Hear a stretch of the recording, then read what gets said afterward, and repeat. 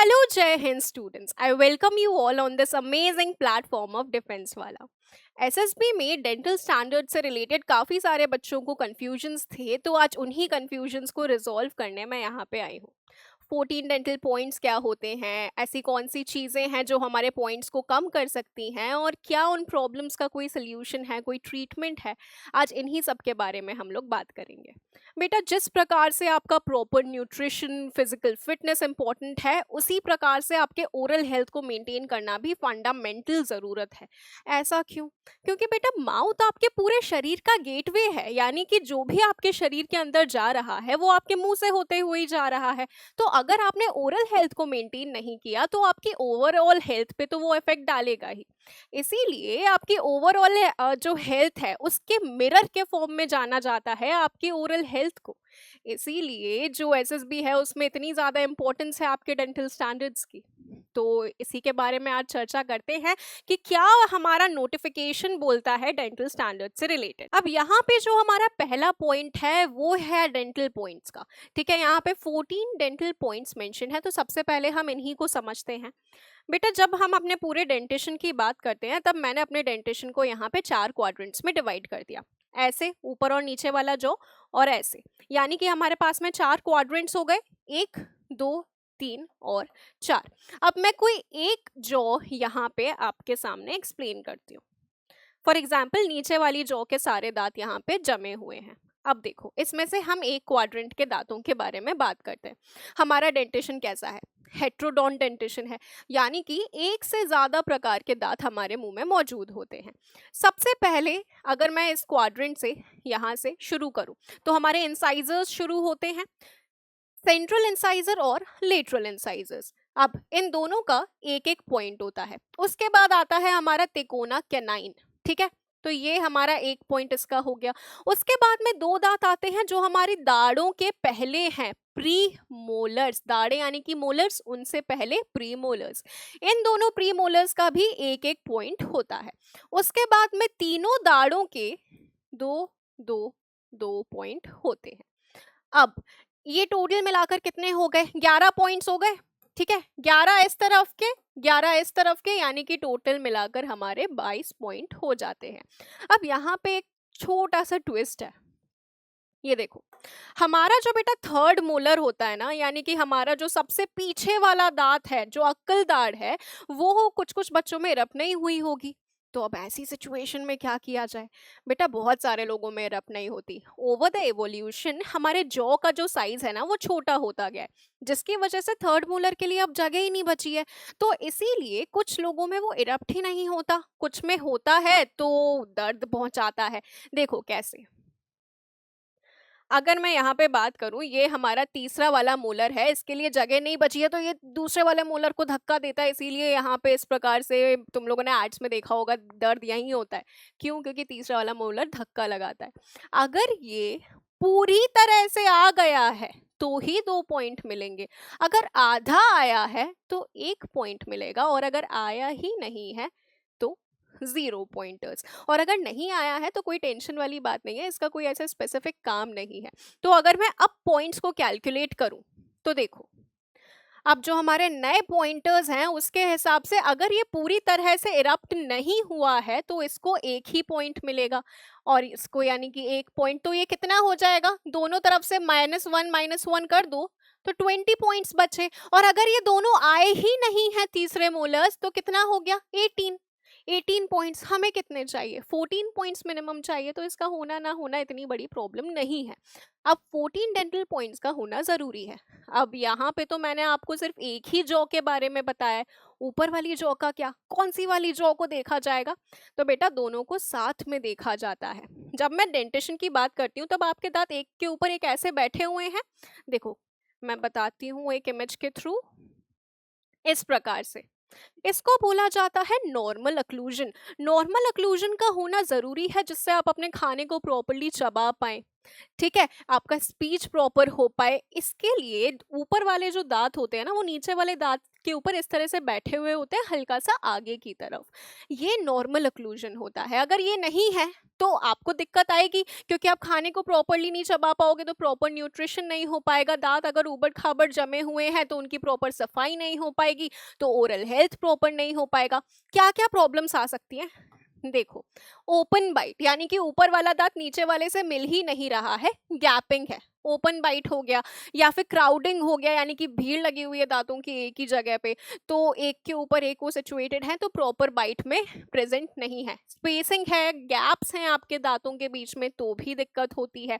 Cross bite का मतलब होता है कि जैसे आपका ऊपर वाला दांत नीचे वाले दांत के हल्का सा आगे है ना, जस्ट उसका उल्टा कर दो, नीचे वाला दांत आगे हो जाए, ऐसी सिचुएशन में भी दिक्कत है।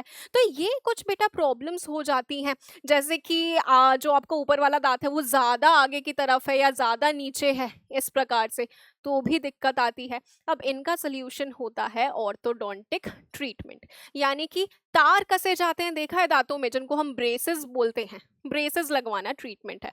अब इस ट्रीटमेंट में कितना वक्त लगता है, इस ट्रीटमेंट में बेटा 1 से 1.5 साल लग सकता है।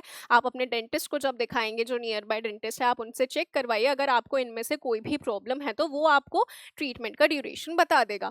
फिर आप ट्रीटमेंट लीजिए और फिर आप एसएसबी में अपीयर होइए, ठीक है। अगर आपको पहले से इस चीज़ का इन्फॉर्मेशन होगा तो आप प्रायर ट्रीटमेंट ले पाएंगे, तो 1-1.5 साल का टाइम इसमें लगता है इसको ठीक होने में, ठीक है बच्चा। तो ये तो हमारी बात हो गई इस पॉइंट की। अब तुम लोगों को यहाँ पे एक एक पॉइंट समझ में आएगा। A candidate must have a minimum of 14 dental points to be acceptable in order to assess the dental condition. ठीक है, अब dental points less than 14 are a cause of rejection. 14 से कम डेंटल पॉइंट्स नहीं होने चाहिए। कितने होने चाहिए हमारे, 14 होने चाहिए।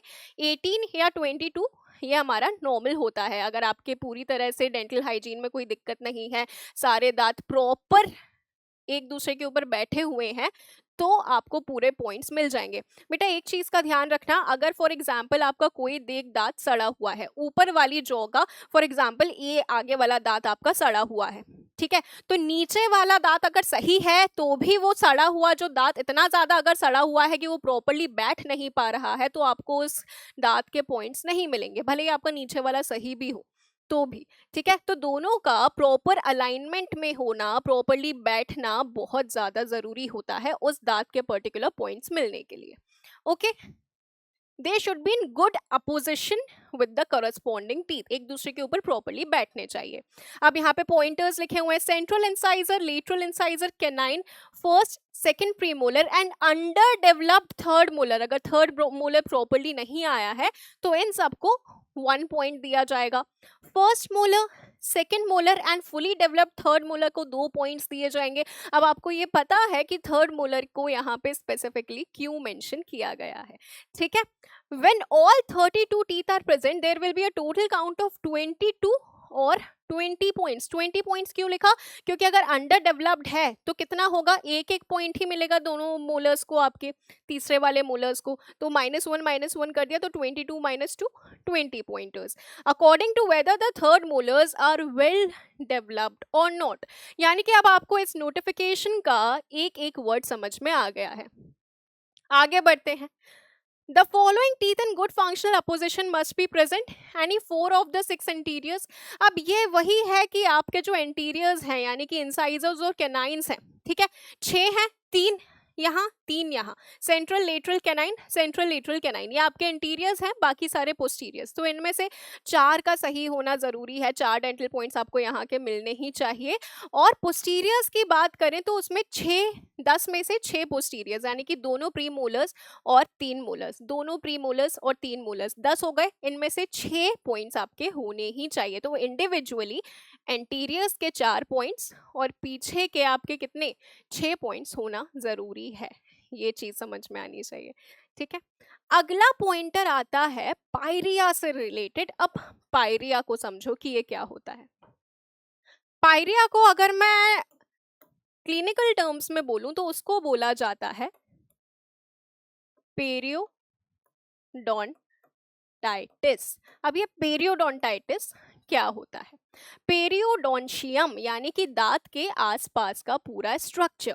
आइटिस का मतलब होता है इन्फ्लेमेशन, तो पेरियोडोंशियम का इन्फ्लेमेशन, दांत के आसपास का जो पूरा स्ट्रक्चर है उसका अगर इन्फ्लेमेशन होता है उसको पेरियोडोंटाइटिस बोला जाता है। और ऐसी सिचुएशन को हम लोग नॉर्मल लेमन टर्म्स में पायरिया का नाम देते हैं। अब देखो बच्चा, ऐसी सिचुएशन हमारे दांत में आती है जब ये आसपास के जो मसूड़े हैं जिनको जिंजाइवा बोला जाता है ये स्वेल हो जाते हैं। आप लोगों ने देखा होगा स्वेलिंग आ जाती है मसूड़ों में, जिसकी वजह से कभी कभार हम बोलते हैं ना दांत से खून निकल रहा है, वो दांत से नहीं मसूड़ों से खून निकलता है। तो मसूड़ों से अगर खून निकल रहा है तो वो एक अलार्म बेल है कि अब जाग जाओ, अब इनको सही करा लो। अब ये इन्फ्लेमेशन यहाँ पे क्यों हुआ? क्योंकि आपने दांत की अच्छे से सफाई नहीं की, तो उस पे जो मटेरियल है वो जमा होता जाता है और फिर इतना हार्ड हो जाता है कि उसको नॉर्मल ब्रश से निकालना इजी नहीं हो पाता। तो उसको फिर साफ करवाना पड़ता है। स्केलर्स होते हैं बेटा, स्केलिंग उस ट्रीटमेंट को बोला जाता है जहाँ पे दांत की सफाई की जाती है। तो आप अपने डेंटिस्ट से जाके तभी उसको चेक करवा के स्केलिंग करवा लें। लेकिन अगर आपने ध्यान नहीं दिया तो ऐसी सिचुएशन में ये जो जिंजिवाइटिस है, जिंजाइवा का इन्फ्लेमेशन है, ये आगे बढ़ जाएगा। और ये अब देखो आपके जो मसूड़े हैं, यहाँ पे जो मसूड़े थे ये अब ऊपर की तरफ चढ़ने लग गए, ऊपर की तरफ चढ़ने लग गए यानी कि दांत को छोड़ने लग गए। अब मसूड़ों के साथ में दांत को और कौन सराउंड करता है? ये रही आपकी हड्डी। तो मसूड़ों के आपने इन्फ्लेमेशन पे ध्यान नहीं दिया तो ये इन्फ्लेमेशन आपकी हड्डी तक पहुंच के आपकी हड्डी को भी गलाने लग जाएगा। इसीलिए जल्दी से जल्दी इस चीज का ट्रीटमेंट ले लो। अब अगर हड्डी भी गली तो दांत आपका ढीला पड़ जाएगा, और अगर दांत आपका हिलने लग गया तो फिर आपका रिजेक्शन हो जाएगा, क्योंकि साफ साफ आपके यहाँ पे लिखा हुआ है candidate suffering from severe pyorrhoea will be rejected. Severe pyorrhoea यानी कि बोन पे इफेक्ट हो चुका है और आपकी हड्डी जो है गलने की वजह से आपके दांत का साथ छोड़ चुकी है और आपका दांत अब हिलने लग गया है। Where the state of pyrrhia is such that in the opinion of the dental officer it can be cured without extraction of teeth। अगर पायरिया का अभी भी इलाज दांत को बिना निकाले हो सकता है तो आपको अलाउ कर दिया जाएगा, नहीं तो अलाउ नहीं किया जाएगा। देखो इस बात को ध्यान से समझो, अगर आपका दांत हिलने लग गया है तो उसका एक ही ट्रीटमेंट बचता है जो कि है एक्सट्रैक्शन। ठीक है, निकालना दांत को, और अगर दांत को निकालना पड़ गया तो आपको फिर रिजेक्शन यहाँ पे देखने को मिल सकता है। इसीलिए अगर आपको अभी ज़रा सी भी थोड़ी सी भी स्वेलिंग देखने को मिल रही है अपने मसूड़ों में, खून निकलने की शिकायत है अगर आपको, तो आप डेंटिस्ट को दिखा सकते हो। खून निकलने की शिकायत जो दो रीजंस की वजह से हो सकती है, विटामिन सी की डेफिशिएंसी की वजह से, और जो मैंने आपको बताया जो प्लाक डिपॉजिट हो जाता है वो अगर प्रॉपरली नहीं निकला है तो वो इन्फ्लामेशन कॉज करवा देता है, जिसकी वजह से आपको इन्फेक्शन इस तरह से हो सकता है। ठीक है, तो फाइनली ऐसी कंडीशन आ जाती है बेटा जहाँ पे कंप्लीटली आपकी जो हड्डियां हैं और आपके जो मसूड़े हैं उन्होंने आपके दांतों का साथ छोड़ दिया है और आपका दांत फिर ऐसी कंडीशन में हिलने लग जाएगा। एडवांस पेरियोडोंटाइटिस इसको बोला जाता है या पायरिया का नाम इसको दिया जाता है। तो ये हमारा आखिरी पॉइंटर था, यानी कि हम लोगों ने क्या समझा, 14 डेंटल पॉइंट्स।